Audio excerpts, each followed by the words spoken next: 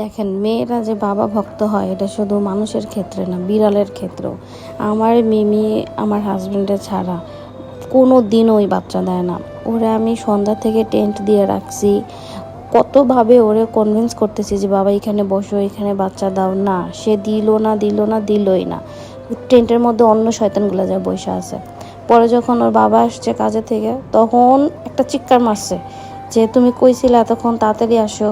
পরে এই যে বিছানার উপর নিয়ে যায় কম্বলের মধ্যে সে ডেলিভারি করবে। মানে তারে যে কতভাবে কত কিছু দেওয়া হয়েছে তার কোনো কিছুতেই হবে না, সে এই কম্বলের মধ্যেই ডেলিভারি করবে। আচ্ছা ঠিক আছে, তুই কম্বলেই ডেলিভারি কর, সমস্যা নাই, কিন্তু তার কথা তার বাবা এখানে সামনে বসে থাকতে হবে। এর আগের বার যখন বাচ্চা হয়েছিল তখন ওর বাবার লুঙ্গির উপরে বসে বসে ওই বাচ্চা দিছে, তাছাড়া ও দিবে না। এই যে এদিকে তারে তো খুবই প্যাম্পার করা হইতেছে, তাকে খাওয়াই দিতেছে, এই যে কালা কালা তরমুজের মতো বাচ্চা দিছে, কিন্তু ওর অনেক কষ্ট হইতেছিল যদিও। তারপরেও দেখেন সে যে কি বাবা ভক্ত, বাচ্চা ডেলিভারি দিতেছে আর বাপের চেহারার দিকে তাকায় আছে। মানে আর কাউরে তার দরকার নেই, বাবার চেহারার দিকে তাকায় সে বাচ্চা ডেলিভারি করতেছে। তো সবাই আমার মিমির জন্য দোয়া করবেন।